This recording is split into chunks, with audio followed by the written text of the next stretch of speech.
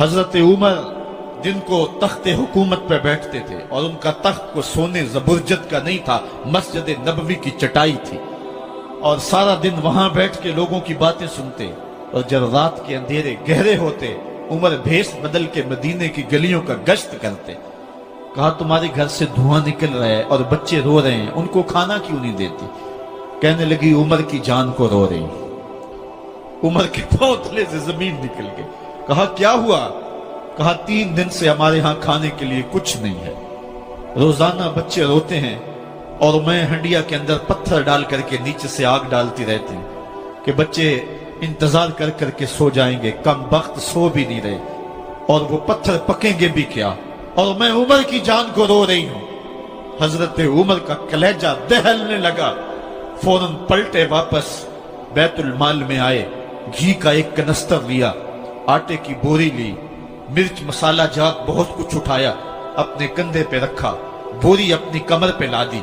عمر بیت المال سے نکلے تو آپ کے خادم اسلم نے دیکھ لیا، آگے بڑھا، کہا میرے آقا میں اٹھاتا ہوں۔ عمر کی آنکھوں میں آنسو ہے۔ کہا اسلم قیامت کے دن میرا بوجھ اٹھا لو گے؟ کہا قیامت کے دن تو اپنا اپنا بوجھ اٹھانا پڑے گا۔ کہا عمر کو آج اپنا ہی اٹھانے دو۔ حضرت عمر وہ گھی کا کنستر اور وہ آٹے کی بوری سر پہ اٹھائے ہیں اور اس خاتون کے گھر جاتے ہیں اور دستک دیتے ہیں۔ وہ جب دیکھتی ہے اس کی جان میں جان آ جاتی ہے۔ کہا جلدی جلدی آٹا گوندو، اور عمر سبزی کاٹنے لگ جاتے ہیں۔ حضرت عمر رضی اللہ تعالی عنہ سبزی تیار کر دیتے، ادھر آٹا گند جاتا ہے، اور پھر اوپر چولہا رکھا جاتا ہے، چولہے کے اندر آگ رکھی جاتی ہے، وہ کھانا پکانے لگتی ہے، آگ بجھتی ہے۔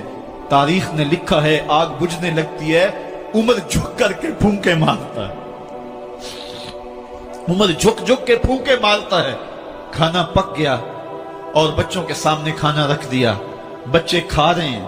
اب بچے رو رو کے نڈال ہو چکے تھے۔ حضرت عمر اپنے ہاتھوں کو اور اپنے گھٹنوں کو اور اپنے پاؤں کو زمین پہ لگا کے، جس طرح بکری کا بچہ چلتا ہے، ویڑے کے اندر کبھی ادھر چلتے ہیں کبھی ادھر چلتے ہیں، تاکہ بچے مجھے دیکھ کے خوش ہوں اور دل میں کہتے عمر جتنا رلایا ہے اب اتنا ہنسانا بھی پڑے گا۔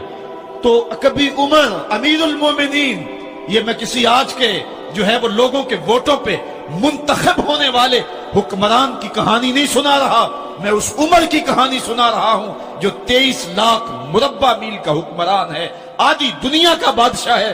حضرت عمر جو ہے جس طرح بکری کا بچہ چلتا ہے، اس طرح اپنے ہاتھ اور اپنے گھٹنے زمین پہ ٹیک کر کے جو ہے وہ اس طرح چلتے ہیں۔ بچے عمر کو دیکھ کے مسکراتے ہیں۔ جب بچے مسکرانے لگے تو حضرت عمر نے اس خاتون سے کہا بڑھیا عمر کو معاف کر دے۔ اس نے کہا تو اتنی ہمدردی کیوں کرتا ہے؟ کہا عمر بیچارہ بڑا پھنسا ہوا ہے، فکر ہے اس کو یرموک و فسطاط و حلوان کی، جب فتح ہے مصر تو تیاری ہے ایران کی، آتے جاتے وفد سے ملاقات بھی کرتا ہوگا اور شب کو معلوم حالات بھی کرتا ہوگا، کانٹوں میں الجھی ہوئی بیچارے کی جان ہے، نیند اس کو بھی آتی ہے، آخر وہ انسان ہے، میری بہن عمر کو معاف کر دے۔ اس نے کہا نانا عمر کی بات میرے سامنے نہ کر، قیامت کا دن ہوگا، عمر کا گریبان ہوگا اور میرا ہاتھ ہوگا۔ جب اس نے یہ بات کہی تو عمر برداشت نہ کر سکے، بچوں کی طرح بلک بلک کے رونے لگے۔ کہا وہ بد نصیب عمر تیرے سامنے ہے، آج ہی کہلا جو کہنا ہے، قیامت کے دن مجھے معاف رکھنا۔ اس نے کہا تو عمر ہے؟ کہا بد نصیب عمر تیرے سامنے کھڑا ہوں۔ میرے عمر کہتے ہیں اگر دجلہ کے کنارے ایک بکری کا بچہ بھی پیاسا مر گیا، اس کا حساب بھی عمر سے لیا جائے گا۔ حضرت عمر نکلے یروشلم میں، ایک اونٹ ہے ایک غلام ہے، کبھی وہ سوار ہوتا ہے کبھی آپ باری مقرر کی ہے۔ جب قریب پہنچے یروشلم کے تو عمر کی باری نکیل پکڑنے کی اور غلام کی باری اوپر سوار ہونے کی آ گئی۔ غلام نے کہا آقا میں مرضی سے اپنی باری چھوڑتا ہوں، آپ آ جائیں، دشمنوں کے مفتوحہ علاقے میں آ رہے ہیں، تازہ تازہ علاقہ فتح ہوا ہے، اسلام کی شان و شوکت ظاہر ہو۔ عمر نے کہا اسلام کی شان و شوکت ایسے ظاہر نہیں ہوتی ہے، اپنی باری پہ تم بیٹھو گے، اپنی باری پہ میں بیٹھوں گا۔ لوگ منتظر کھڑے ہیں، دور سے جب دیکھا کہا اس کی ہیبت سے کانپتے تھے ہم، یہ تو کوئی حبشی لگتا ہے، رنگ کالا ہے، ہونٹ موٹے ہیں، اس سے تو زیادہ حسین اس کا غلام ہے جو آگے آگے چل رہا ہے۔ حضرت ابو عبیدہ نے کہا دھوکہ کھا رہے ہو، ہمارا آقا وہ نہیں ہے جو اونٹنی کے اوپر سوار ہے، ہمارا آقا وہ ہے جو لگام تھامے آگے آگے چل رہا ہے۔ حضرت عمر رضی اللہ تعالیٰ عنہ کو آگے بڑھ کے جابیہ کے مقام پہ حضرت ابو عبیدہ بن جراح نے استقبال کیا، تو حضرت عمر آگے بڑھے اور انہوں نے آگے بڑھ کر کے حضرت ابو عبیدہ کے دونوں کندھوں پہ ہاتھ رکھا، اور سنو حضرت عمر نے کیا کہا، کہا لا الہ الا اللہ انا کنا اذل قوم فاعزنا اللہ بالاسلام، کہا کہ لا الہ الا اللہ، اے ابو عبیدہ بن جراح، ہم ایک ذلیل قوم تھے اور اللہ نے ہمیں اسلام کی وجہ سے عزت عطا کی ہے، اور میں تمہیں ایک تاریخ ساز بات کہنے لگا ہوں، اور وہ یہ ہے کہ جب تک ہم اس عزت والے اسلام کے دامن کو تھامے رہیں گے ہماری عزت قائم رہے گی، اور جب اسلام کے علاوہ کسی اور جگہ سے عزت ڈھونڈیں گے تو رسوا کر کے رکھ دیے جائیں گے۔ یہ ہے وہ خلاصہ جو حضرت عمر نے امتوں کے عروج و زوال کا بیان کیا ہے۔